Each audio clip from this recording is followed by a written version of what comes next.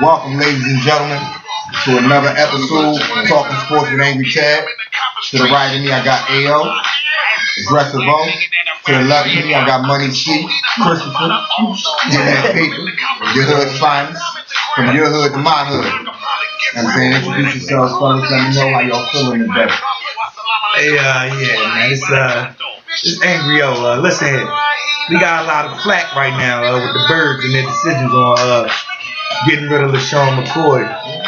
My opinion, I think it was a good deal. I think that we got the potential to have two of the fastest inside linebackers in the National Football League. Yeah, he coming off of ACL, but what athlete don't come off of ACL and do good? We got AP, we got Matt, a couple of us.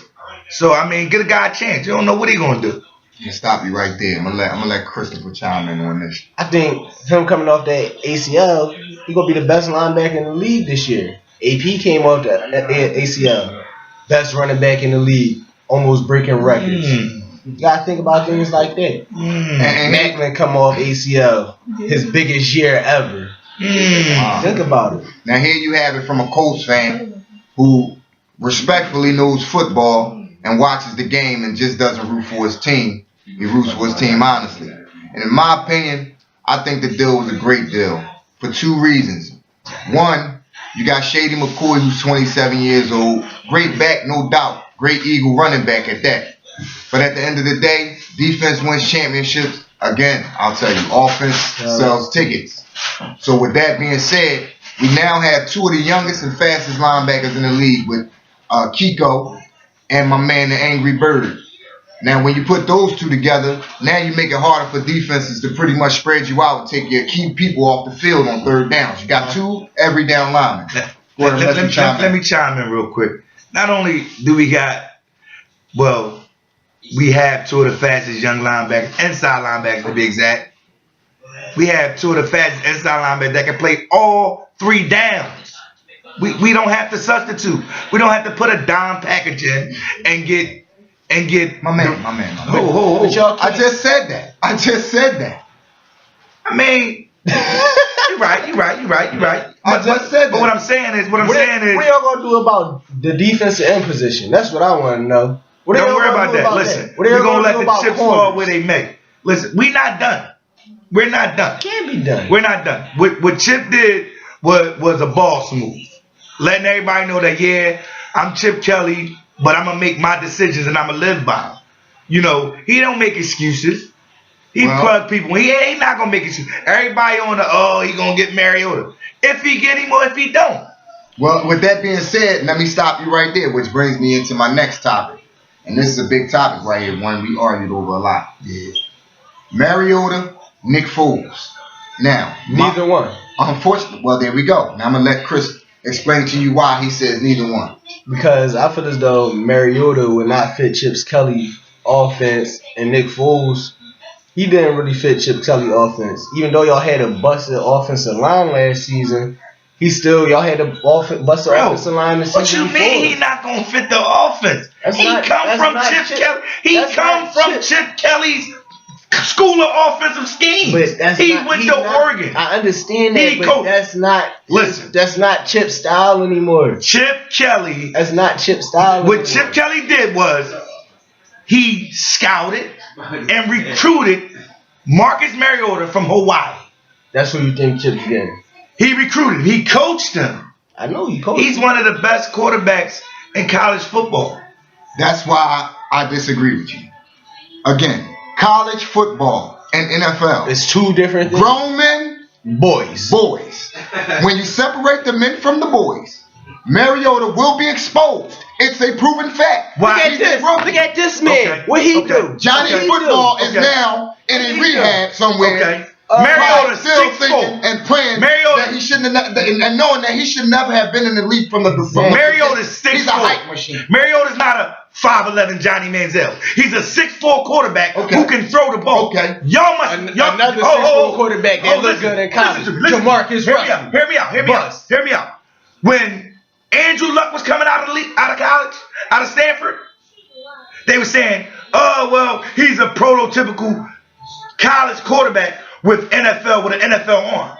Yeah. Came into an NFL scheme and took over. But he was NFL ready. He was NFL ready. I don't give a damn if you NFL ready or not. You gonna find out when you get out there. Okay. Yeah, and Mariota now here's what all the prognosticators and all the experts and things of that sort say. If you're not an Andrew Luck, which is a franchise-changing quarterback, this is your team. Yes, he is. If you're not a franchise-changing quarterback, then you cannot trade all those picks to draft a player of that sort. Who said we gonna trade the picks? Listen, it's speculated that he's going. You don't know. Mariota might fall in our lap. It's not gonna happen. I don't think Mariota can come. Everybody and needs do a what quarterback. Washington don't need a quarterback, and they picked number 5. Okay. But before them, you got Tampa Bay. Tampa Bay quarterback. Tampa Bay gonna grab James Winston. Okay. Then Minnesota's next. Minnesota just got a quarterback. They don't need it. They just traded Castles, by the way, today to Buffalo. Because they got a franchise quarterback already. And that's fine. Now, with that being said, explain to me how you can just conveniently overlook 27-2, a 16-4 record under Chip Kelly, one of the most highest rated passer ratings in the league next to Peyton Manning, Tom Brady. That's elite quarterbacks. That's an elite class. And notice that year, and again, I state, when he left the field with the New Orleans Saints in the playoff game, he was in the lead.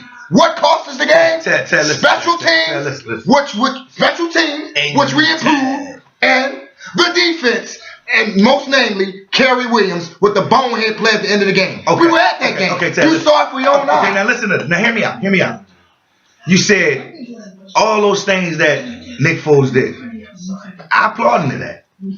But he did that with Deshaun Jackson, LaShawn McCoy, Zach Ertz, a healthy offensive line. He did all that with weapons who you had to take. You couldn't bring 8 in the box because you had to respect Deshaun's speed. Same thing happened. So this is why Riley Cooper got off. But when you take Deshaun out that equation, and LaShawn ain't running like he was, and the offensive line is juggling, what happens? He threw 8 interceptions the first 2 damn games. Okay, and he also did that. But what was the record before he got injured? 6-2 on the path to make the playoffs. And the only reason why we're 6-2 is because Chip Kelly decided that he's not going to run the ball on the goal line against Arizona, which is the playoff game right there. You win that game, we're in the playoffs. Now, I'm going to let Chris go ahead and chime in on something.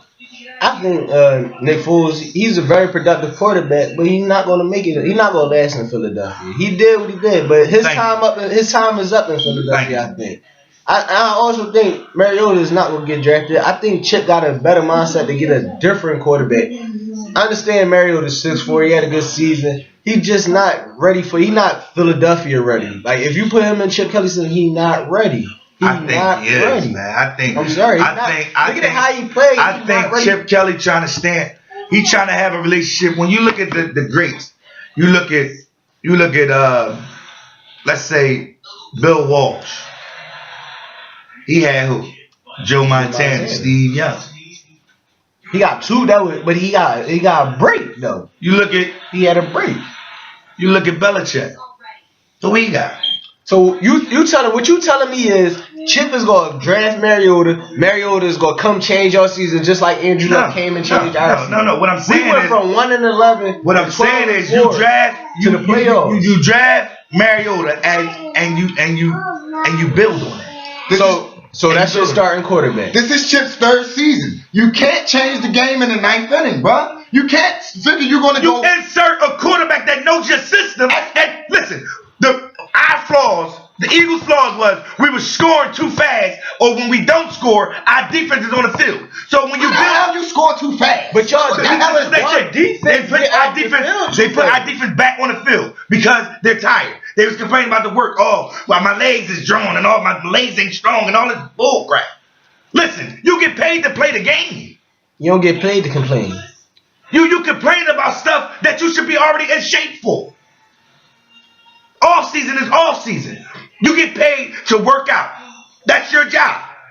So you coming in and saying, "Oh, my legs feel like jelly because he's working us too hard." No, he's conditioning you because he know what type of offense he runs. And that's why He runs a fast-paced offense. And that's why, and I do believe this with my heart of hearts, that it was a salary cap move, but it was also a great move for a great player.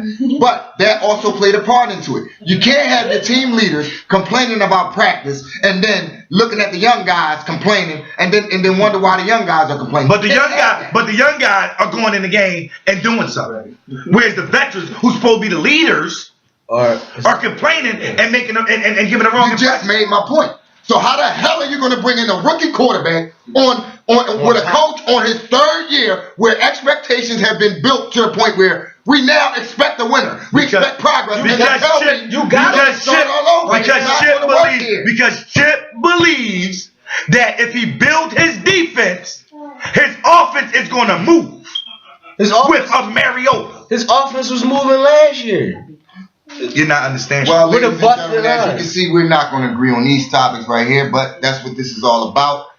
Talking sports with Angry Ted. We're getting our viewpoints out. We're doing our thing.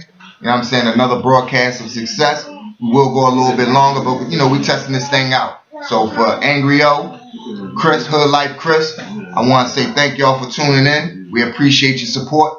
And God bless and Godspeed. Peace.